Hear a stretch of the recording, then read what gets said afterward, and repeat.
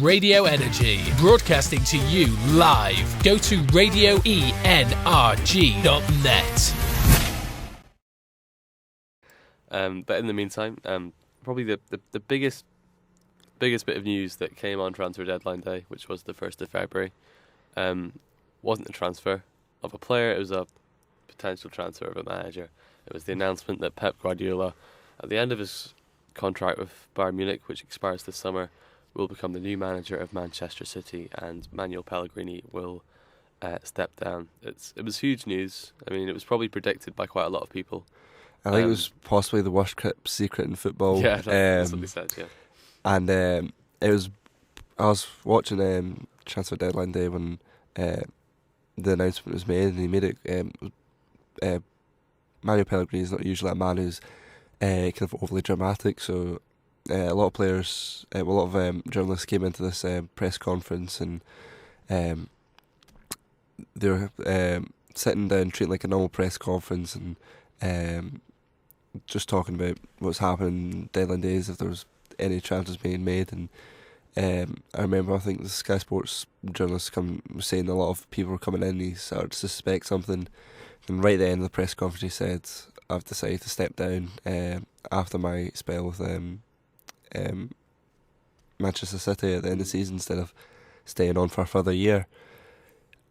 And you could see why Pep's moving to this team, and I think it's a good move for him. There's a lot of, I think the club staff formerly worked at Barcelona when he was there, and there's a lot of youth in this squad, and I think maybe what some players might struggle with, I think David Silva might be one of them, is playing with Pep Guardiola's style of play, and maybe was that the Manchester United fan Andy says the Barca style of play. A lot of players in Pep Guardiola's team doesn't really like his style of play. They have to stick to their position, their side of the field, and if they drift into the other side, they'll threaten their chances in the team or get taken off.